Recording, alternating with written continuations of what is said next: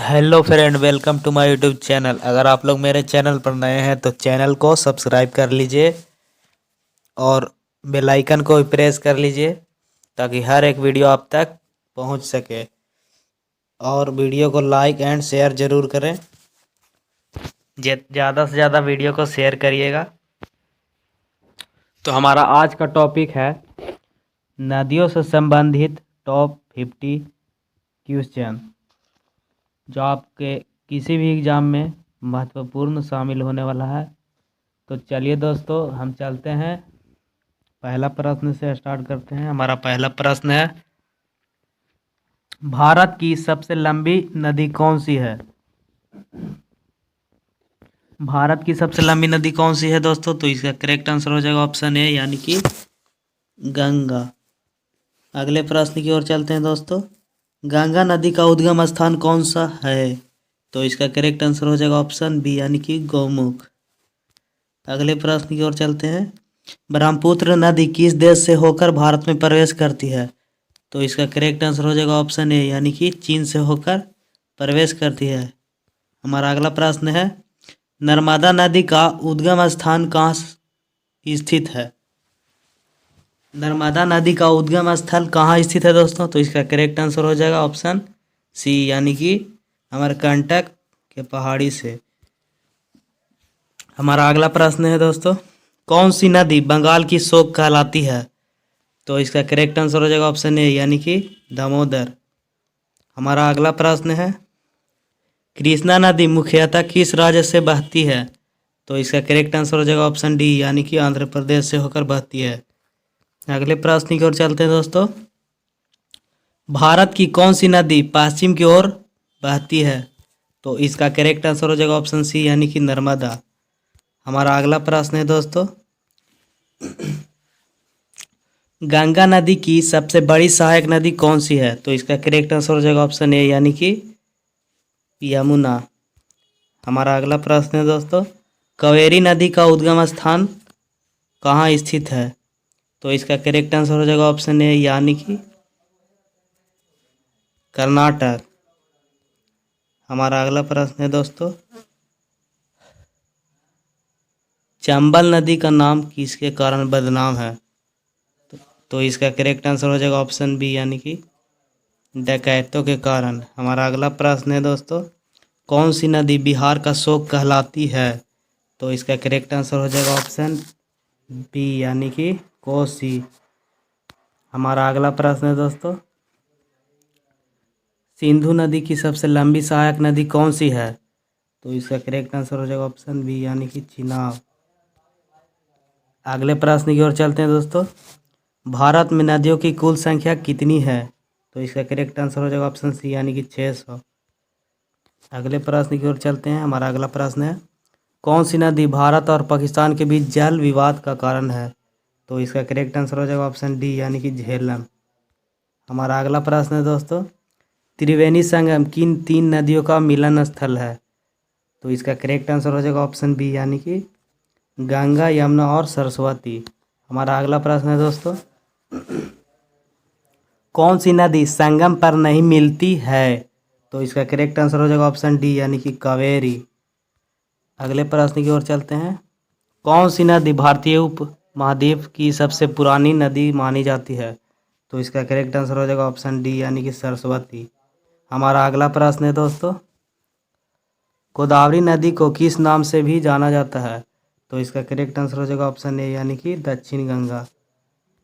अगले प्रश्न की ओर चलते हैं, कौन सी नदी सबसे अधिक गाद सिल्ट लेकर आती है? तो इसका करेक्ट आंसर हो जाएगा ऑप्शन बी, यानी कि ब्रह्मपुत्र। हमारा अगला प्रश्न है दोस्तों, यमुना नदी किस राज्य से निकलती है? तो इसका करेक्ट आंसर हो जाएगा ऑप्शन ए, यानी कि उत्तराखंड। हमारा अगला प्रश्न है दोस्तों, कौन सी नदी भारतीय उपमहाद्वीप में सबसे ज़्यादा बाढ़ लाती है? तो इसका करेक्ट आंसर हो जाएगा ऑप्शन सी, यानी कि कोसी।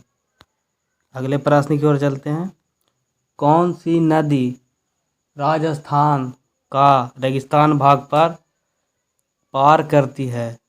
तो इसका करेक्ट आंसर हो जाएगा दोस्तों ऑप्शन बी, यानी कि लूनी। अगले प्रश्न की ओर चलते हैं दोस्तों। कौन सी नदी भारत और बांग्लादेश के बीच सीमा बनाती है? तो इसका करेक्ट आंसर हो जाएगा ऑप्शन बी यानी कि ब्रह्मपुत्र नदी। चलते हैं अगले प्रश्न की ओर। कौन सी नदी कर्नाटक की जीवन रेखा कहलाती है? तो इसका करेक्ट आंसर हो जाएगा दोस्तों ऑप्शन सी यानी कि कावेरी। अगले प्रश्न की ओर चलते हैं दोस्तों। निम्नलिखित में से कौन सी नदी गंगा में नहीं मिलती है? तो इसका करेक्ट आंसर हो जाएगा ऑप्शन डी यानी कि नर्मदा। अगले प्रश्न की ओर चलते हैं दोस्तों। कौन सी नदी सबसे ज़्यादा राज्यों से होकर बहती है? तो इसका करेक्ट आंसर हो जाएगा ऑप्शन ए यानी कि सबसे ज़्यादा राज्यों से होकर गंगा नदी बहती है। हमारा अगला प्रश्न है महानदी किस राज्य में सबसे अधिक बहती है? तो इसका करेक्ट आंसर हो जाएगा दोस्तों ऑप्शन बी यानी कि ओडिशा। हमारा अगला प्रश्न है कौन सी नदी सबसे बड़ी डेल्टा बनाती है? तो इसका करेक्ट आंसर हो जाएगा ऑप्शन ए यानी कि गंगा और ब्रह्मपुत्र। अगले प्रश्न की ओर चलते हैं। कौन सी नदी को सिंधु सभ्यता की नदी कहा जाता है? तो इसका करेक्ट आंसर हो जाएगा ऑप्शन सी यानी कि सरस्वती। अगले प्रश्न की ओर चलते हैं दोस्तों। गंगा नदी किस सागर में गिरती है?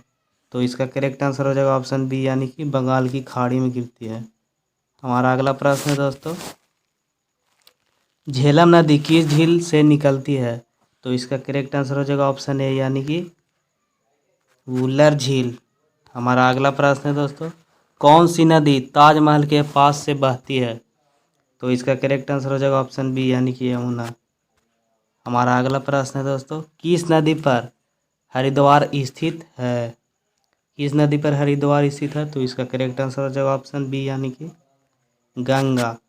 अगले प्रश्न की ओर चलते हैं दोस्तों हीराकुंड बांध किस नदी पर बना है?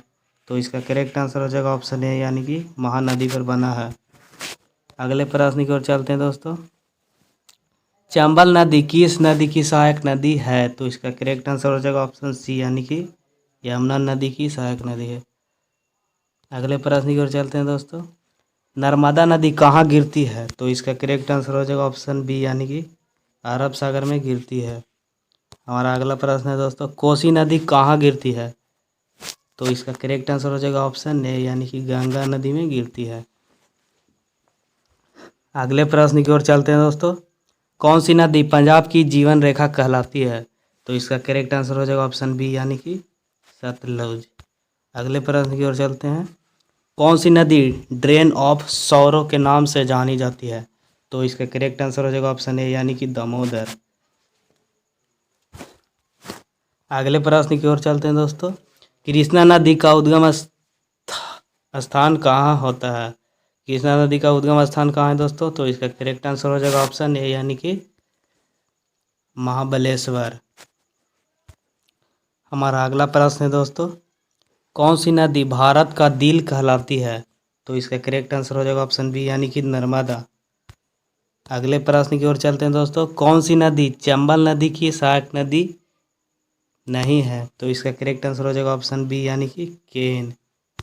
अगले प्रश्न की ओर चलते हैं दोस्तों कौन सी नदी तमिलनाडु की गंगा कहलाती है? तो इसका करेक्ट आंसर हो जाएगा ऑप्शन बी यानी कि कावेरी। अगले प्रश्न की ओर चलते हैं दोस्तों कौन सी नदी हिमालय से नहीं निकलती है? तो इसका करेक्ट आंसर हो जाएगा ऑप्शन सी यानी कि नर्मदा। हमारा अगला प्रश्न है दोस्तों किस नदी का उल्लेख ऋग्वेद में सबसे अधिक किया गया है? तो इसका करेक्ट आंसर हो जाएगा ऑप्शन बी यानी कि सिंधु। अगले प्रश्न की ओर चलते हैं दोस्तों कौन सी नदी मानसरोवर झील से निकलती है? तो इसका करेक्ट आंसर हो जाएगा ऑप्शन डी यानी कि ए और सी यानी कि ब्रह्मपुत्र और सिंधु। अगले प्रश्न की ओर चलते हैं गंगा नदी में मिलने से पहले यमुना नदी की लंबाई कितनी है? तो इसका करेक्ट आंसर हो जाएगा ऑप्शन ए यानी कि 1376 किलोमीटर। हमारा अगला प्रश्न है कौन सी नदी बंगाल की खाड़ी और अरब सागर दोनों में गिरती है? तो इसका करेक्ट आंसर हो जाएगा ऑप्शन डी यानी कि कोई नहीं। हमारा अगला प्रश्न है दोस्तों सरस्वती नदी को किसके कारण लुप्त माना जाता है? तो इसका करेक्ट आंसर हो जाएगा ऑप्शन बी यानी कि जलवायु परिवर्तन। तो हमारा अगला प्रश्न है